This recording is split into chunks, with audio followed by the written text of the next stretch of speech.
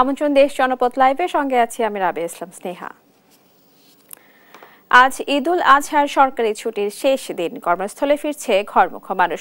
এই যাত্রা কতটা স্বাচ্ছন্দ্যপূর্ণ রয়েছে তা জানাতে শরীয়তপুর থেকে আকাশ, সড়কে যানজট বা কোনো ভোগান্তি আছে কি? আকাশ, আপনি আমাদের জানাবেন সড়কে যানজট বা কোনো ভোগান্তি আছে কিনা?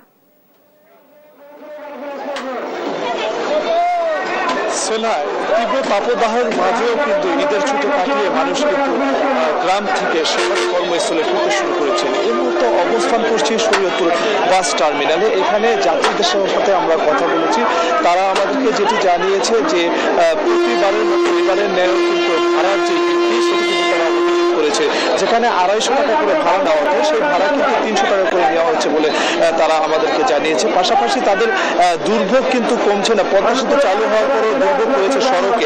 সেই সড়কে কিন্তু বিশেষ করে জাজিরা TNT মোড় এবং কাজিরহাট যে জায়গাটি রয়েছে সেই জায়গাটিতে সেতু না থাকার কারণে কিন্তু তাদের ঘন্টার পর ঘন্টা বসে থাকতে হচ্ছে এবং যাতায়াতে কিন্তু তাদের বেশ সমস্যা হচ্ছে। তো এই ভাড়া বৃদ্ধির বিষয়ে যখন বাস মালিক সমিতির সভাপতির সাথে কথা বলেছি, তিনি আমাদেরকে যেটি জানিয়েছে, এই ঢাকা থেকে শরীয়তপুরে আসার পথে যে বাসগুলো সেগুলো ফাঁকা আসে এবং শরীয়তপুর থেকে ঢাকা যে বাসগুলো সেগুলোতে যাত্রী বেশি থাকার কারণে কিন্তু একমুখী যাত্রী হয়ে যায়। এ কারণে কিন্তু তারা 50 টাকা করে বেশি রাখছে। তো এর বেশি যদি কেউ বাস মালিকের পক্ষ থেকে বাসের শ্রমিকরা যদি বেশি ভাড়া নিয়ে থাকে তাহলে কিন্তু তারা ব্যবস্থা নিচ্ছেন বলে আমাদেরকে জানিয়েছে। তবে জেলা প্রশাসনের পক্ষ থেকে কিন্তু এই ভাড়া বৃদ্ধির বিষয়ে কিন্তু যে মনিটরিংটা থাকার কথা সেটি কিন্তু দেখা যাচ্ছে না। তো এইখান থেকে যারা যাত্রী রয়েছে তারা কিন্তু এই কর্মস্থলে যাওয়ার জন্য যে কোনো পন্থায় কিন্তু তারা যাওয়ার চেষ্টা করছে। বাসে বেশি যাত্রী থাকার কারণে কিন্তু তারা ব্যক্তিগত গাড়িতে করেও কিন্তু তারা নিজ নিজ কর্মস্থলে ফিরে যাওয়ার চেষ্টা করছে। পাশাপাশি যাত্রীরা যেটি বলছে, যারা কর্মজীবীরা রয়েছে তারা কালকে গিয়ে যে অফিস আদালতগুলো রয়েছে সেগুলো করবে, পরিবারের সদস্যরা কিছুদিন পরে আসবেন বলে আমাদেরকে তারা জানিয়েছে। তো এই ছিল শরীয়তপুরের ঈদ যাত্রা নিয়ে সর্বশেষ। হ্যাঁ আকাশ, আপনাকে ধন্যবাদ। দর্শক, শুনছিলাম শরীয়তপুর থেকে ফিরতি যাত্রার খবর। ঈদের ছুটি শেষে কর্মস্থলে ফিরছেন রাজধানীবাসী। এ নিয়ে আরো খবর জানাতে এই মুহূর্তে রাজধানীর সায়দাবাদ বাস স্ট্যান্ড থেকে যুক্ত হচ্ছেন সহকর্মী ফাহিম ইউসুফ। ফাহিম, আপনি আমাদের জানাবেন বাসে যাত্রী চাপ কেমন দেখছেন, কি বলছেন যাত্রীরা, কোনো ভোগান্তি চিত্র দেখতে পাচ্ছেন কিনা? স্নেহা, রাতের যে বাসগুলো রয়েছে সায়দাবাদ বাস টার্মিনালে কিন্তু কিছুক্ষণ আগে এসে পৌঁছেছে। এছাড়া এখানকার যে সার্বিক পরিস্থিতি, এখন কিন্তু ভোরবেলা ছেড়ে যাওয়া দক্ষিণাঞ্চলের কিছু বাস আসছে, যেমন চাঁদপুর, কুমিল্লা সহ আশপাশের অঞ্চলের বাসগুলো এই মুহূর্তে এখানে আসছে। মূলত সায়দাবাদ বাস টার্মিনাল কিন্তু রাজধানীর বাস যে টার্মিনালগুলো রয়েছে তার মধ্যে অন্যতম। এখানে দক্ষিণ এবং দক্ষিণ পূর্বাঞ্চলীয় যে বাসগুলো রয়েছে সে অঞ্চলের বাসগুলো এখানে এসে নিয়মিত আসছে সকাল থেকে, এবং এখানে যাওয়ার যাত্রী কিন্তু তেমন আমরা চাপ দেখতে পাচ্ছিলাম না। আমরা সকাল থেকে দেখতে পাচ্ছিলাম যে ঢাকার মধ্যে যে বাসগুলো ঢুকছে সেগুলো কিন্তু যাত্রী বোঝাই করে এখানে ঢুকছে, এবং এখানে দেখতে পাচ্ছিলাম যে যে মূল পয়েন্টগুলো রয়েছে সে পয়েন্টগুলোতে এক ধরনের যাত্রীর ভিড় এবং বাসের ভিড় লক্ষ্য করা গিয়েছে, এবং সকাল থেকে এক ধরনের যানজট দেখা গেছে, যেটা বিগত কয়েকদিন কিন্তু লক্ষ্য করা যায়নি। ঢাকার ভিতরে ঢাকার যে কর্মজীবী মানুষ তারা ঢোকা শুরু করেছেন গত কয়েকদিন আগ থেকেই। ধারণা করা হচ্ছে আজ সর্বশেষ একটি চাপ লক্ষ্য করা যাবে ঢাকায় প্রবেশের। এরপর কিন্তু আস্তে আস্তে সে চাপটি কমে যাওয়ার সম্ভাবনা রয়েছে, যেহেতু ইতিমধ্যেই কিন্তু অফিস আদালত সহ যে সরকারি অফিসগুলো রয়েছে সেগুলো কিন্তু ইতিমধ্যে খুলে দিয়েছে, যার ফলে কিন্তু ধারণা করা হচ্ছে যে আজই সর্বশেষ একটি বাসের এবং সার্বিকভাবে যে ঢাকায় মানুষের প্রবেশের যে চাপ, সেই চাপটি আজই সর্বশেষ লক্ষ্য করা যাবে বলে ধারণা করা হচ্ছে। এছাড়া বাসের যে সকল যাত্রীরা ছিলেন তারা বলছেন যে বাসের কিছু কিছু জায়গায় বাসের অতিরিক্ত ভাড়া আদায়ের মতো ঘটনা ঘটেছে, কিন্তু সার্বিকভাবে তারা বলছেন যে বাস যাত্রা অনেকটা নিবিড়ভাবে পর্যবেক্ষণের মধ্যে ছিল আইনশৃঙ্খলা বাহিনীর। এছাড়া সেনাবাহিনী সহ অন্যান্য আইনশৃঙ্খলা বাহিনী কিন্তু নিয়মিত বাস কাউন্টারগুলোতে অভিযান চালানোর ফলে অতিরিক্ত ভাড়া আদায় পূর্বের অন্যান্য সময়ের তুলনায় অনেকটা কম হয়েছে, এবং এখানে তারা জানাচ্ছিলেন যে আবহাওয়া পরিবর্তনের ফলে অতিরিক্ত তাপপ্রবাহের কারণে কিন্তু এক ধরনের ভোগান্তির শিকার হচ্ছেন তারা। বিশেষ করে যে সাধারণ কোচগুলো রয়েছে সেগুলোতে কিন্তু এক ধরনের ভোগান্তি লক্ষ্য করা গেছে। সার্বিকভাবে এখানকার পরিস্থিতি কিন্তু অনেকটা বলা যায় যে মিশ্র প্রতিক্রিয়া রয়েছে যাত্রীদের মাঝে। এছাড়া বাস মালিক সমিতি এবং বাস কাউন্টারের যে ম্যানেজাররা রয়েছেন তারা বলছেন যে যাওয়ার এখন তেমন কোনো যাত্রী নেই, সব যাত্রীরা মূলত ঢাকায় প্রবেশ করছেন। যেহেতু ইতোমধ্যে অনেকদিন হয়ে গিয়েছে, ঈদ শেষ হয়ে গিয়েছে এবং ঈদের যে আনন্দ সেই আনন্দ কিন্তু তারা পালন করেছেন যে পরিবারের সাথে, সেই ঘরমুখো মানুষ কিন্তু এখন ইতোমধ্যে রাজধানীমুখী হয়ে গিয়েছেন। তারা সবাই কিন্তু অনেকেই এসে পড়েছেন এবং ধারণা করা হচ্ছে যে আজই সর্বশেষ এই চাপটি লক্ষ্য করা যাবে।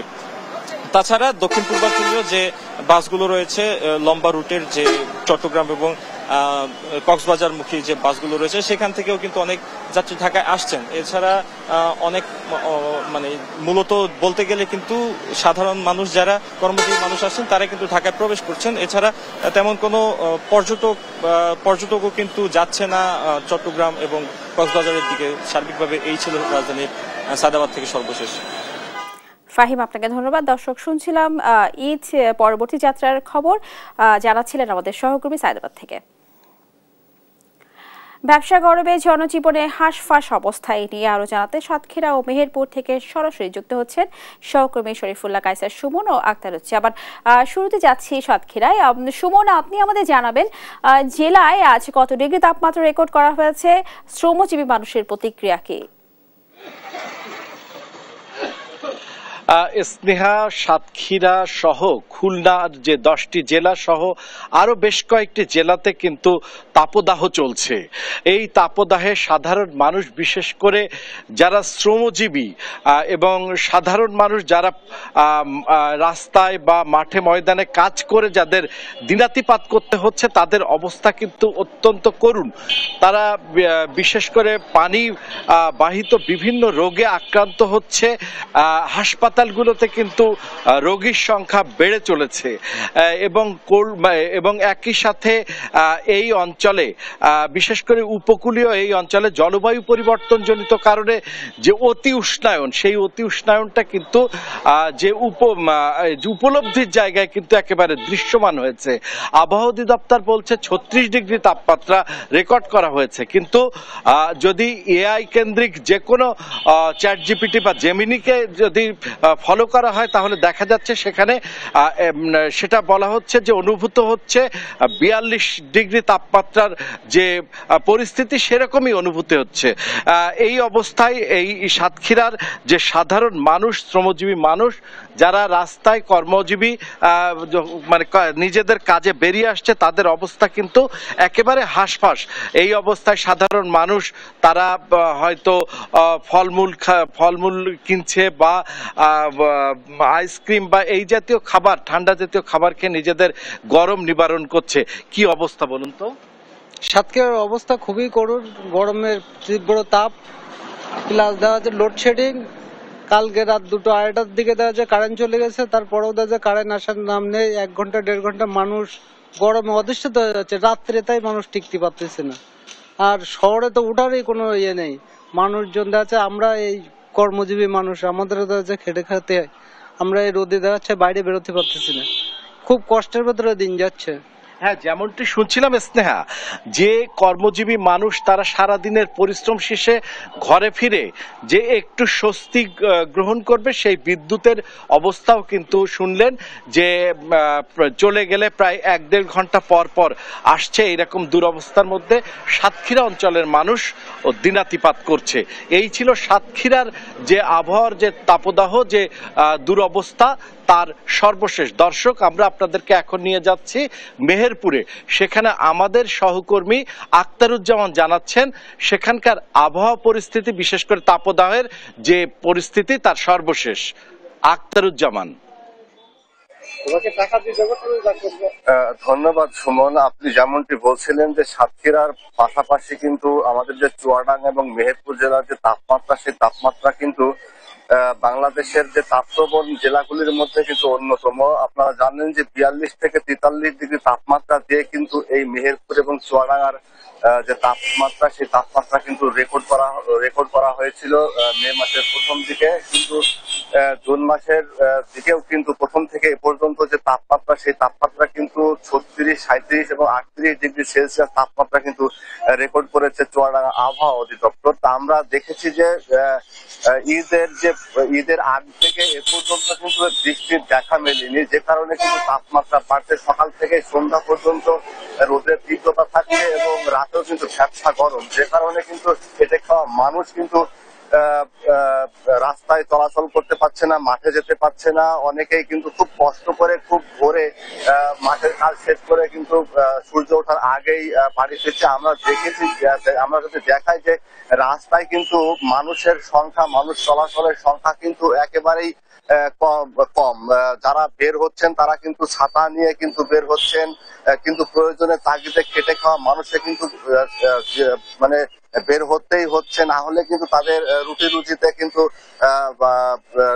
রুজির কিন্তু একটা বিষয় রয়ে গেছে, যে কারণে কিন্তু তাদেরকে বের হতে হচ্ছে। আমরা দেখেছি যে এই তাপমাত্রায় কিন্তু বিশেষ করে মেহেরপুরে কিন্তু শিশু এবং বয়স্ক রোগীর সংখ্যা বেড়েছে। বিভিন্ন হাসপাতাল আমরা খোঁজ নিয়েছি, সেখানে দেখেছি যে শিশু এবং বয়োবৃদ্ধ রোগীর সংখ্যা বাড়ছে। তো আমরা দেখেছি যে স্বাভাবিকের তুলনায় কিন্তু এখন দ্বিগুণ রোগী কিন্তু হাসপাতালে ভর্তি রয়েছে। আমরা চিকিৎসকের সাথে কথা বলেছি, চিকিৎসকরা আমাদেরকে জানিয়েছেন যে বিভিন্ন ভাবে তাদেরকে পরামর্শ দেওয়া হচ্ছে এবং সেমিনারের মাধ্যমে মানুষকে সচেতন করা হচ্ছে, যাতে করে মানুষ এই তীব্র গরমে এবং এই যে তীব্র রোদে এবং গরমে যাতে মানুষ সবসময় পানির বোতল বা পানির পাত্র নিয়ে রাস্তাঘাটে বের হয় এবং শিশুদেরকে তরল খাবার, মায়ের দুধের পাশাপাশি যে স্বাভাবিক খাবার কিন্তু খেতে বলা হচ্ছে এবং যদি কোনো শিশুরা অসুস্থ হয়, সাথে সাথে সংশ্লিষ্ট যে হাসপাতালগুলি রয়েছে সেই হাসপাতালগুলিতে কিন্তু চিকিৎসকের পরামর্শ নিতে বলা হয়েছে। তো কিন্তু কবে নাগাদ যে এই আবহাওয়ার পরিবর্তন হবে সে বিষয়ে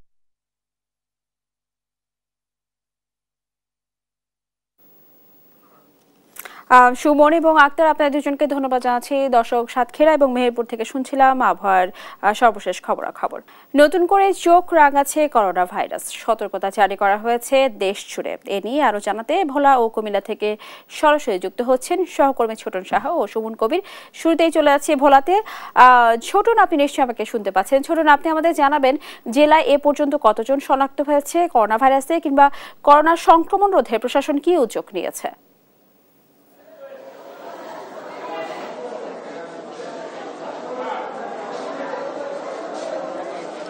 আপনি যেমনটি বলছিলেন যে দেশব্যাপী যে করোনা সংক্রমণ যে ছড়িয়ে পড়ছে তার থেকে পিছিয়ে নেই ভোলাও কিন্তু করোনা সংক্রমণ প্রতিরোধে আমরা জেনেছি যে স্বাস্থ্য বিভাগের পক্ষ থেকে ব্যাপক প্রস্তুতি নেওয়া হয়েছে। ইতিমধ্যে জেলার যে 7টি স্বাস্থ্য কমপ্লেক্স রয়েছে সেখানে কিন্তু 6টি ইউনিট খোলা হয়েছে এবং সেখানে 36টি বেড কিন্তু প্রস্তুত রাখা হয়েছে, এমনটি আমরা জেনেছি। এবং একই সাথে জনবহুল এলাকাগুলোতে যাতে মানুষজন মাস্ক ব্যবহার করে এবং জনবহুল এলাকাগুলো যাতে মানুষ এড়িয়ে চলে, সেজন্য স্বাস্থ্যকর্মীরা কিন্তু মাঠে মাঠে গিয়ে মানুষজনকে সচেতন করছে। আমি রয়েছি ভোলার 250 শয্যার জেনারেল হাসপাতালে। এই হাসপাতালেও কিন্তু ইতিমধ্যে কিন্তু করোনা পরীক্ষা শুরু হয়ে গেছে। এ পর্যন্ত 11 জনকে পরীক্ষা নিরীক্ষা করা হয়েছে করোনার, তবে এখন পর্যন্ত কেউ করোনা আক্রান্ত হয়নি। তবে আমরা এই হাসপাতালের আসলে সার্বিক যে প্রস্তুতি করোনার সেই বিষয়ে একটু কথা বলবো, একটু জানতে চাইবো। করোনা সংক্রমণ তো শুরু হয়ে গিয়েছে সারা দেশে, তো ভোলাতে আপনাদের 250 শয্যার হাসপাতালে আপনাদের কি ধরনের সংক্রমণ প্রতিরোধে প্রস্তুতি নিয়েছেন? আমাদের জেলা সদর হাসপাতালে আমরা একটা করোনা ইউনিট চালু করেছি এবং এর মধ্যে প্রাথমিকভাবে আমরা 6টা বেড রেখেছি এবং প্রয়োজন অনুসারে যদি রোগীর সংখ্যা আরও বৃদ্ধি পায় তাহলে আমরা বেডের সংখ্যা বাড়াবো। আর এছাড়াও আমাদের হাসপাতালে central oxygen line, oxygen concentrator, high flow nasal cannula এবং অন্যান্য বিভিন্ন পরীক্ষা নিরীক্ষা সহ করোনা পরীক্ষা আমাদের চলমান রয়েছে। আমাদের এখনো গত কয়েকদিনে 10টি পরীক্ষা হয়েছে, সবাই নেগেটিভ শনাক্ত হয়েছে। তো আমাদের এই জায়গায় এখনো করোনার কোনো এরকম আশঙ্কাজনক হারে বৃদ্ধি পায়নি। আমাদের সকল ধরনের সেবা এবং আমাদের প্রস্তুতি চলমান রয়েছে। ধন্যবাদ। স্নেহা, যেমনটি শুনছিলেন যে আসলে স্বাস্থ্য বিভাগের যে প্রস্তুতি রয়েছে শুধু এই হাসপাতাল নয়, জেলার অন্যান্য হাসপাতালগুলোতে কিন্তু করোনা সংক্রমণ প্রতিরোধে এবং রোগীদের যে সেবা কার্যক্রম সচল রাখার ক্ষেত্রে তাদের প্রস্তুতি নেওয়া হয়েছে। ভোলার যে সিভিল সার্জন ডাক্তার মনিরুল ইসলামও কিন্তু আমাকে বলছিলেন যে তারা সমগ্র ভোলা জুড়ে যে এই করোনা সংক্রমণ রোধে আগাম যে প্রস্তুতি সেটি তারা নিয়ে রেখেছেন এবং এখন পর্যন্ত যে পরীক্ষা নিরীক্ষার যে কিট 175টি কিট কিন্তু তারা মজুত রেখেছেন এবং একই সাথে তারা আরও কিট চাহিদা কিন্তু তারা দিয়েছেন মন্ত্রণালয়ে, সেখান থেকে আরও কিট আসলে এবং যাদেরকে মনে হচ্ছে যে করোনা আক্রান্ত সন্দেহজনক মনে হচ্ছে করোনা হতে পারে এমন রোগীদেরকে কিন্তু পরীক্ষা নিরীক্ষাও কিন্তু ওই হাসপাতালগুলোতে শুরু হয়েছে, এমনটি কিন্তু সিভিল সার্জন আমাদেরকে বলছিলেন। এবং একই সাথে আমরা যেমনটি জেনেছি যে আসলে এই সংক্রমণ রোধে যে সমস্ত জনবল দরকার সেটি সংকট রয়েছে, তারপরও স্বাস্থ্য বিভাগ চেষ্টা করছেন যে এই সেবা কার্যক্রমটি সর্বোচ্চ পৌঁছে দেওয়ার লক্ষ্যে তাদের যে কার্যক্রম সেটি চলছে। তো এ ছিল আমার কাছে যে করোনা সংক্রমণ প্রতিরোধে ভোলা স্বাস্থ্য বিভাগের যে প্রস্তুতি তা নিয়ে সর্বশেষ তথ্য। এখন আমরা যুক্ত হব কুমিল্লায়, সেখানে রয়েছেন আমাদের সহকর্মী সুমন কবির। সুমন কবির, আপনার সেখানকার করোনা সংক্রমণ প্রতিরোধে কি ধরনের ব্যবস্থা নেওয়া হয়েছে, কি ধরনের প্রস্তুতি রয়েছে? জি ছোটন শাহ, আপনি যেটা বলছিলেন ঠিক এর উল্টো চিত্র কুমিল্লা আপনি যেটা বলছেন ভোলাতে যে ধরনের প্রস্তুতি সম্পূর্ণ করেছে, আমি কুমিল্লাতে দেখেছি তার উল্টো চিত্র। আপনি একটু জানিয়ে রাখি, কুমিল্লা যে আইসোলেশন ইউনিট রয়েছে সেই আইসোলেশন ইউনিটের কোভিড সতর্কতা বন্ধের পথে কুমিল্লার 2 হাসপাতালের আইসিইউ ইউনিট কোভিড সংক্রমণ বেড়ে যাওয়া হাসপাতালে স্থাপন করা 2টি আইসিইউ ইউনিট। আপনার একটু জানিয়ে রাখি, নতুন করে করোনা ভাইরাস সংক্রমণ ঠেকাতে সারা রাষ্ট্রে যখন হাসপাতালগুলোতে প্রস্তুতির জন্য কার্যক্রম হাতে নেওয়া হয়েছে তখন জনবলের অভাবে বন্ধ হতে চলেছে কুমিল্লার 2টি সরকারি হাসপাতালের আইসিইউ ইউনিট, যেখানে আইসোলেশন বলা হয়। আরেকটা বিষয় আমি জানিয়ে রাখি, গেল কোভিড মৌসুমে বিশেষায়িতভাবে জীবন রক্ষাকারী ইউনিটের 60টি শয্যা স্থাপন করা হলো কয়েক বছরের ব্যবধানে এসব আইসিইউ ইউনিট বেহাল দশা। এই বিষয়ে যখন আমরা কথা বলার চেষ্টা করেছি কুমিল্লা সিভিল সার্জনের সাথে, উনি আমাদেরকে জানিয়েছেন আসলে তারা ডিসেম্বর পর্যন্ত যে আমাদের চলমান ছিল প্রক্রিয়ায় এটা আবার নতুন করে উদ্যোগ কর্তৃপক্ষকে জানানো হয়েছে, তারা আমাদেরকে সমাধান করবে বলে জানিয়েছে। 8 মাস ধরে চিকিৎসক স্টাফদের বেতন ভাতা বন্ধ থাকায় অনেকটা চলে যাচ্ছে 150 কোটি টাকার মূল্যের আইসিইউ সরঞ্জাম, যেখানে কুমিল্লার সাধারণ মানুষ এবং যারা ভুক্তভোগী কুমিল্লা এখন পর্যন্ত যে করোনা যে কিট নেই এবং যেখানে 100 টাকার বিনিময়ে আমরা দেখেছি গত 2-3 বছর আগে জেনারেল হাসপাতাল এবং কুমিল্লা মেডিকেল কলেজ হাসপাতালে 100 টাকার বিনিময়ে আসলে এই করোনা টেস্ট করতে এবার সেই ধরনের প্রস্তুতি গ্রহণ করতে আমরা দেখিনি। এই বিষয়ে সাধারণ জনগণের মধ্যে তীব্র ক্ষোভ সৃষ্টি হয়েছে, যেখানে emergency response and pandemic preparedness প্রকল্পের আওতায় এসব ইউনিটে আমরা জনবল নিয়োগ দেওয়া হয় এবং গত ডিসেম্বর প্রকল্পের মেয়াদ শেষ হয়ে যাচ্ছে। তার কারণে আসলে একটা বিশৃঙ্খলা তৈরি হয়েছে কুমিল্লা প্রতিটি 2টি হসপিটালে, যেখানে কুমিল্লা মেডিকেল হসপিটাল এবং কুমিল্লা জেনারেল হাসপাতালে এখানে কোভিডের আসলে আইসিইউ ইউনিট থাকলো রুগ্ন অবস্থায় আইসিইউ ইউনিটগুলো এখন ইউনিটে পানি পড়ছে, বৃষ্টি হলে পানি পড়ে এখানে, এবং একজন চিকিৎসক আর 4 জন নার্স দিয়ে আসলে এই আইসিইউ ইউনিট চালানো হচ্ছে, যেখানে আমরা দেখেছি যে রোগীদের মধ্যে তীব্র ক্ষোভের সৃষ্টি হয়েছে এবং সাধারণ জনগণের মনে এই বিষয় নিয়ে আসলে যখন কথা বলার চেষ্টা করেছি তারা আমাদেরকে জানিয়েছে কুমিল্লার এই রুগ্ন অবস্থা কি অতি সত্বর যদি করোনার জন্য যদি জরুরিভাবে যদি কাজ না করে তাহলে কুমিল্লা এখনো করোনার জন্য যেভাবে প্রস্তুতি নেওয়া দরকার আমরা দেখেছি কেউ মাস্ক ইউজ করছে না, এবং আসলে ওই ধরনের সচেতনতা আমরা দেখতে পাইনি সরকারের পক্ষ থেকে বা জনপ্রশাসনের পক্ষ থেকে বা আপনার স্বাস্থ্য বিভাগের পক্ষ থেকে। এই বিষয়ে যখন কথা বলার চেষ্টা করেছি কুমিল্লা সিভিল সার্জনের সাথে, উনি আমাদেরকে জানিয়েছেন এই পরিস্থিতিতে আমরা চেষ্টা করছি এটা সমাধান করার জন্য, এবং 2টা হসপিটালে যাতে 60টি স্থাপন যে আইসিইউ ইউনিট এবং আইসোলেশন রয়েছে এগুলো যাতে কার্যক্রম শুরু সে প্রক্রিয়া চলছে। এই ছিল কুমিল্লা করোনার প্রস্তুতি নিয়ে সর্বশেষ। ছোটন এবং সুমন, আপনাদের দুজনকে ধন্যবাদ জানাচ্ছি। দর্শক, কুমিল্লা এবং ভোলা থেকে করোনার সার্বিক পরিস্থিতি জানাচ্ছিলেন আমাদের সহকর্মীরা। চাঁপাইনবাবগঞ্জে জমে উঠেছে আমের বেচাকেনা, এ নিয়ে আরো জানাতে সহকর্মী তারেক রহমান আমাদের সাথে যুক্ত হবেন। তারেক, আপনি নিশ্চয়ই আমাকে শুনতে পাচ্ছেন। তারেক, জানাবেন এখন জেলায় কি কি আম বিক্রি হচ্ছে, ক্রেতা বিক্রেতারা কি বলছেন? স্নেহা, ধন্যবাদ আপনাকে। আমি এই মুহূর্তে আছি চাঁপাইনবাবগঞ্জ চাঁপাইনবাবগঞ্জ সদর উপজেলার লক্ষ্মীপুর এলাকার একটি আম বাগানে। আমরা এই বাগানে এসে কিছুক্ষণ আগে কিন্তু এসেছি, বাগানে এসে বাগানীদের সঙ্গে কথা বলেছি, ক্রেতা বিক্রেতাদের সঙ্গে কথা বলেছি। এখন কিন্তু আমের বাগানে কিন্তু কর্মযজ্ঞ চলছে, আম নামাচ্ছেন গাছিরা এবং বাগান থেকে কিন্তু অনেকে আম বিক্রি করছেন। চাঁপাইনবাবগঞ্জে কিন্তু সারা বাংলাদেশের বিভিন্ন জেলা থেকে ব্যাপারীরা আসছেন, তারা বাজার থেকে এবং বাগান থেকেও কিন্তু আম কিনে কিনে নিয়ে যাচ্ছেন, কিনে কিন্তু সারা দেশে সরবরাহ করা হচ্ছে। এই মুহূর্তে কিন্তু বাগান থেকে বিশেষ করে হিমসাগর, খিরসাফাত যেটাকে আমরা বলি, এই আমটি কিন্তু জিআই পণ্য হিসেবে স্বীকৃতি লাভ করেছে। তারপর ল্যাংড়া বিভিন্ন গুটি জাতের আম নামানো হচ্ছে।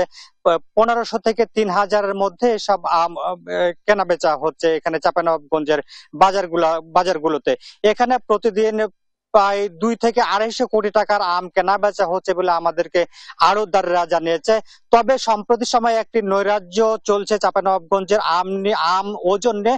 এই আম ওজন জটিলতা নিয়ে কিন্তু সম্প্রতি সময়ে রাজশাহী বিভাগীয় কমিশনারের সঙ্গে আড়তদার, আম চাষি, আম উদ্যোক্তা এদের সঙ্গে কিন্তু বিভাগীয় কমিশনার বৈঠক করেছিলেন। সে বৈঠকে সিদ্ধান্ত হয়েছিল কেজি প্রতি আম কেনার, অর্থাৎ কেজি দরে আম কেনার সিদ্ধান্ত হয়েছিল। সেটি কিন্তু কোনো পক্ষই মেনে নিতে পারেনি। এখনো কিন্তু 52 কেজি 54 কেজিতে জেলা জুড়েই কিন্তু আম বেচা কেনা হচ্ছে বলে আমাদেরকে জানিয়েছেন। তবে স্থানীয় প্রশাসনের সঙ্গেও আমাদের সঙ্গে কথা হয়েছিল, তারা বলছে কি আমরা চেষ্টা করছি বাজারে যে নৈরাজ্য দূর করা যায়, তারপরও তারা কিন্তু স্বাভাবিক করতে পারেনি। তবে এ নিয়ে নৈরাজ্যের কারণে কিন্তু চাঁপাইনবাবগঞ্জের আমের কিছুটা হলেও দর পতন হয়েছিল এবং এ নিয়ে কিন্তু ক্রেতা বিক্রেতা উভয়ের মধ্যে অসন্তুষ্ট বিরাজ করছে বলে আমাদেরকে জানিয়েছেন। আপনাকে যদি আমি আরেকটু তথ্য যোগ করতে চাই, চাঁপাইনবাবগঞ্জে এবছর চায়না থেকে বিপুল পরিমাণ এই চাঁপাইনবাবগঞ্জের আম রপ্তানি হওয়ার কথা ছিল। বারবার কিন্তু চায়নার রাষ্ট্রদূত এবং রাষ্ট্রীয় পর্যায়ে কিন্তু দুই দেশের রাষ্ট্রীয় পর্যায়ে কিন্তু সিদ্ধান্ত নেওয়া হয়েছিল, কিন্তু এখন পর্যন্ত সেই কাঙ্ক্ষিত আম তারা নিচ্ছে না। সেই আম চাঁপাইনবাবগঞ্জের চাষিরা কিন্তু বিদেশে রপ্তানির যোগ্য আম তারা তৈরি করেছিলেন, এ নিয়ে তারা কিন্তু হতাশা প্রকাশ করেছেন। তবে সব মিলে যত দিন যাচ্ছে তত কিন্তু চাঁপাইনবাবগঞ্জের আমের বাজারে জমে উঠছে, ক্রেতা বিক্রেতারা উভয় দাম পাচ্ছেন এবং প্রায় কয়েক লক্ষ মানুষের কর্মসংস্থান সৃষ্টি হয়েছে। জি স্নেহা, এই ছিল আমার কাছে চাঁপাইনবাবগঞ্জের আম বাজার থেকে সর্বশেষ পরিস্থিতি। তারেক, আপনাকে ধন্যবাদ। দর্শক, চাঁপাইনবাবগঞ্জ থেকে আম বেচা কেনার খবর শুনছিলাম, জানাচ্ছিলেন আমাদের সহকর্মী। নিষেধাজ্ঞা সাগরে মাছ ধরা শুরু হওয়ায় দীর্ঘদিন পর কর্মচাঞ্চল্য ফিরেছে জেলে পল্লীগুলোতে। এ নিয়ে আরো জানাতে সরাসরি যুক্ত হচ্ছেন সহকর্মী আব্দুর রহমান। আব্দুর রহমান, আপনি আমাদের জানাবেন পর্যাপ্ত মাছ ধরা পড়ছে কিনা, কি বলছেন জেলেরা? ধন্যবাদ। যেমনটি বলছিলেন, 58 দিন পর কক্সবাজারের জেলেরা সমুদ্রে মাছ ধরতে গেছে। যদিও বৈরী আবহাওয়া, এখানকার কখনো মেঘ কখনো মিষ্টি, যেহেতু 2 থেকে 3 নম্বর সতর্ক সংকেত সবসময় জারি সংকেত রয়েছে, তারপরেও কক্সবাজারে 58 দিন পর জেলেরা মাছ ধরতে গিয়ে তারা এখনো পর্যন্ত আশারও মাছ পায়নি বলে আমাদেরকে জানিয়েছে। যেহেতু গত বৃহস্পতিবার রাত থেকে সাগরে মাছ ধরতে গেছে ট্রলারগুলো, আসতে আরও 2-1 দিন সময় লাগবে, কিন্তু এর মধ্যেই তারা সাগরের কাছাকাছি সীমানায় রয়েছে। যেহেতু আবহাওয়া অফিস এবং বিভিন্ন সূত্র থেকে সতর্ক সংকেত জারি করা রয়েছে এবং আপনি জানেন যে এবারের জেলেরা কিন্তু খুবই খুশি। যদিও বাংলাদেশে এবং ভারতের সাথে একসাথে মাছ ধরা বন্ধ থাকার কারণে ভারতীয় জেলেরা যেহেতু বাংলাদেশ সীমানায় ঢুকে মাছ নিয়ে যেতে পারে নাই, তারাই জেলে এবং বোট মালিকরা আশা করতেছেন এইবারে তারা সর্বোচ্চ পরিমাণের সমুদ্রে মাছ পাবেন আল্লাহর রহমতে। এবং তারা সবচেয়ে যে বিষয়টি বলেছেন যে যদি নৌ সীমানা হয় কোনো ধরনের নৌ দুষ্য এবং ডাকাতির যেই সম্ভাবনা থাকে সেটা যদি প্রশাসন থেকে রোধ করা হয়, তাহলে সেক্ষেত্রে তারা যেটা জানিয়েছেন যে তারা এবারে সর্বোচ্চ পরিমাণ মৎস্য আহরণ হবে এবং বিশেষ করে যারা দীর্ঘদিন যে তাদের অভাব অনটন রয়েছে, তারা দীর্ঘদিন 58 দিন তারা ঘরে বসেছিল এবং তাদের যে ধার দেনা হয়েছে, এবার যদি সমুদ্রেতে সুষ্ঠুভাবে তারা মাছ ধরতে পারে তাহলে তাদের যেই সমস্যাটুকু হয়েছিল 58 দিনে তারা পরিবার পরিজন নিয়ে তারা বাঁচতে পারে। বিশেষ করে বোট মালিকরা যারা রয়েছে তারা দীর্ঘদিন ধরে তারা ঋণগ্রস্ত, বিভিন্ন ধরনের সুদী কারবারি সহ বিভিন্ন তাদের যে ঋণ হয়েছে সেটা যদি এবার তাদের সমুদ্র সংকটের যদি মাছ ধরতে পারে তাহলে তারা যদি সুষ্ঠুভাবে দিতে পারে তাহলে সেক্ষেত্রে তারা কি হবে। আমরা একজন এখানে মৎস্য ব্যবসায়ীকে পেয়েছি, আপনি জানাবেন সমুদ্রে বোট কখন গেছে এবং কি পরিমাণ মাছ বোট এসেছে কিনা, মাছ পেয়েছে কিনা? মানে মাছ বাইরে এসে মাছ অল্প স্বল্প পাইছে, মানে বাইরে মাছ কম পাইছে। মাছ পাইব, সামনে পাইব, বৃষ্টি হলে পাইব মাছ। জি, যেমনটি জানাচ্ছিলেন আগলে বৈরী আবহাওয়া, যদিও 58 দিন সরকারি ছুটি শেষ হলেও বন্ধ সমুদ্রের যেটা বন্ধ সেটা শুরু হলেও কিন্তু এখন পর্যন্ত সেটি হলো যে তারা এখনো পর্যন্ত বড় ধরনের কোনো মাছের চালানের খবর এখনো তারা পায় নাই। তবে আশা করতেছেন তারা 2-1 দিনের মধ্যে, যেহেতু আবহাওয়া ভালো হয়ে গেলে তারা সমুদ্রে যদি মাছ ধরতে যেতে পারে, তাহলে তারা তাদের যেই 58 দিনের যে বন্ধটি ছিল এবং মৎস্য প্রজনন কেন্দ্র, যে ইলিশ মাছের যে প্রজনন কেন্দ্রের জন্য মাছ সরকার যে উদ্দেশ্য বন্ধ করেছিল, তারাও যে কষ্ট সহ্য করেছে সেটি হলো কিছুটা তারা লাঘব হবে বলে জানিয়েছে। তারপরেও যে বিষয়টি, যে বিদ্যুতের যে বিভ্রাট রয়েছে, এখানে বরফের জন্য তেলের যে পাম্প সবকিছু তাদের অনুকূলে থাকলে এবং তাদের যেই প্রাকৃতিক যেই দুর্যোগ থেকে যদি তারা মুক্ত যদি থাকে, তাহলে তাদের যেই খরাটুকু রয়েছে এইবার যেহেতু তারা ভারতের সাথে যে বন্ধ ছিল, সেই সাথে তারা আশা করতেছে সমুদ্রে প্রচুর ইলিশ মাছ সহ অন্যান্য মাছ পাবে এবং বাংলাদেশের মৎস্য অভাব পূরণ হবে তারা আমাদেরকে জানিয়েছে। এটাই ছিল আমার কাছে সর্বশেষ। আব্দুর রহমান, আপনাকে ধন্যবাদ। দর্শক, শুনছিলাম নিষেধাজ্ঞার পর সাগরে মাছ ধরার সর্বশেষ খবরাখবর। এই ছিল এখনকার দেশ জনপদ লাইভ। পরে বুলেটিন দেখার আমন্ত্রণ রইল। ধন্যবাদ সবাইকে।